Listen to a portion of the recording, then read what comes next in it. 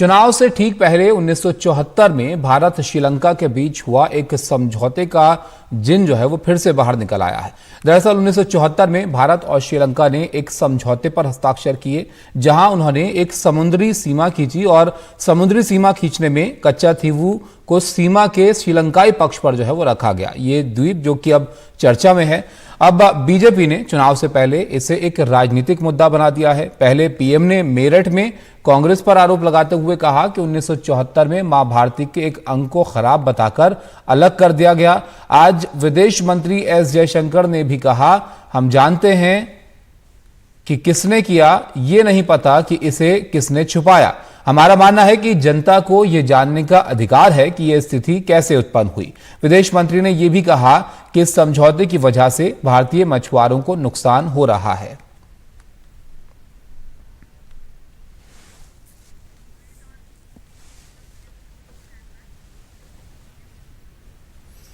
इसको लेकर पीएम मोदी ने जो सोशल मीडिया पर अपनी प्रतिक्रिया दी, सोशल मीडिया साइट एक्स पर, उसमें उन्होंने क्या कहा ये भी आप देखिए। यहां पर बयानबाजी के अलावा डीएमके ने तमिलनाडु के हितों की रक्षा के लिए कुछ भी नहीं किया है।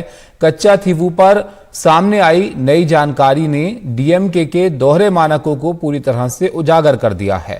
कांग्रेस और डीएमके एक पारिवारिक इकाइयां हैं। उन्हें केवल इस बात की परवाह है कि उनके अपने बेटे और बेटियां आगे बढ़ें। उन्हें किसी और की परवाह नहीं है।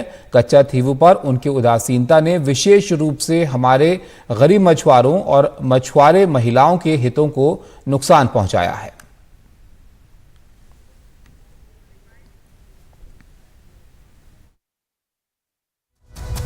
This is an observation by the then Prime Minister Jawaharlal Nehru in May of 1961.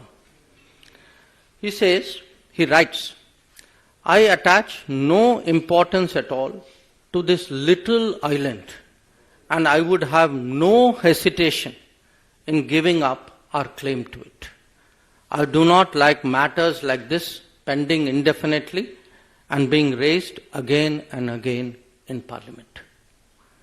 So, to Pandit Nehru, this was a little island. It had no importance. He saw it as a nuisance. Why are people bringing it up again and again in Parliament? In looking at these two issues, the Kachathivu issue and the fishermen issue, two parties, the Congress and the DMK, have approached this matter as though they have no responsibility for it, as though the situation is for central government, today's central government, for them to resolve. There is no history to this. This has just happened. They are the people who are taking up the cause. That is the way they would like to project it. So the purpose of the press conference today, why I am talking to all of you, is we believe that the public has a right to know. The public has a right to know how did this situation come about.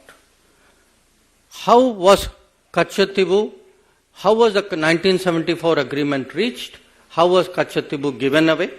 How was the fishing issue handled? Because please understand, the fishing issue actually emanated from a 1976 agreement. So there are two agreements we are talking about. This government has tried to support them through various schemes by giving them, support for longliners which will take them further away into the sea, by trying to support the fishing industry out there, by trying, wherever there is an apprehension, by working out procedures and getting them back. So we have given, 100% support and more for the fishermen. But somewhere we have to be honest about how this situation came about. And I think particularly because people are politically posturing. The same people who connived at all this are today standing up and trying to pretend to be champions of this fishermen. PM Modi ने भी इस मुद्दे पर जो है प्रतिक्रिया दी। क्या कहना था उनका वो भी आप देखिए। तमिलनाडु में भारत के समुद्री तट से कुछ दूर, कुछ किलोमीटर दूरी पर श्रीलंका और तमिलनाडु के बीच में समुद्र में एक टापू है एक द्वीप है कच्चा थीवू, अलग अलग नाम भी लोग बोलते हैं, कच्चा थीवू। ये द्वीप सुरक्षा की दृष्टि से बहुत महत्वपूर्ण है। देश आजाद हुआ तब हमारे पास था और ये हमारे भारत का अभिन्न अंग रहा है। लेकिन कांग्रेस ने 4-5 दशक पहले कह दिया कि ये द्वीप तो गैर जरूरी है, फालतू है, यहां तो कुछ होता ही नहीं है। और ये कहते हुए मां भारती का एक अंग आजाद भारत में ये कांग्रेस के लोगों ने, इंडियन अलायंस के साथियों ने मां भारती का एक अंग काट दिया और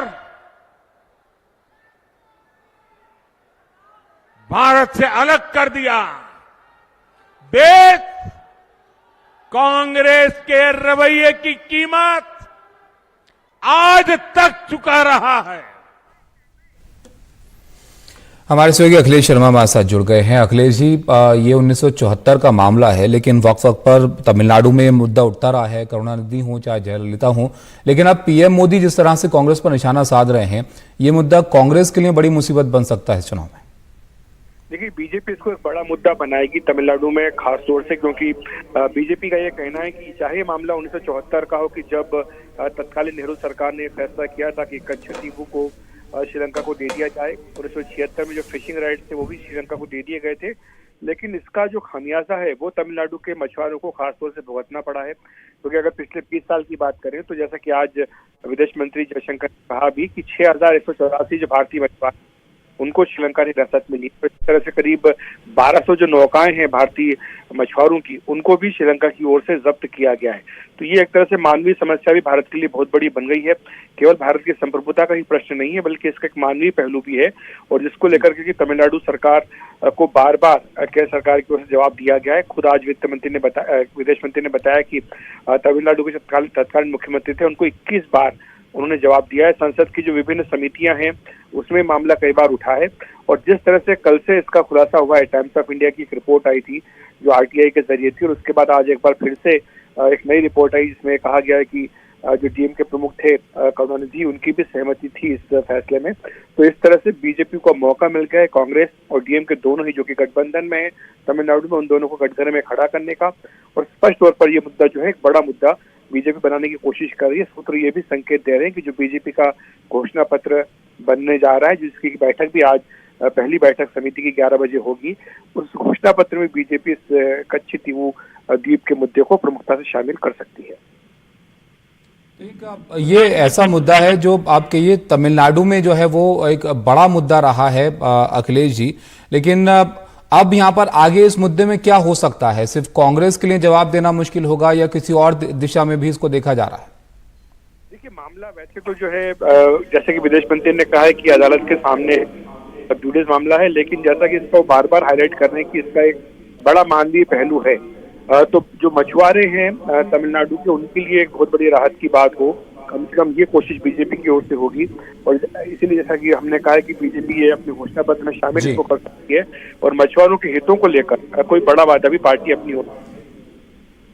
बहुत शुक्रिया अखिलेश जी आपका इस सब जानकारी के लिए। तो कच्चा थीवू का जो मामला है, जो मुद्दा है, वो एक बार फिर से यहाँ पर अब बड़ा हो गया। इस तरह से बीजेपी ने इसको लेकर कांग्रेस को सवालों में खड़ा कर दिया है कि आखिर क्यों ये द्वीप जो है वो जब 1974 में सीमा जो है वो तय की जा रही थी समुद्री, तब ये श्रीलंका की तरफ जो है इसको कर दिया गया।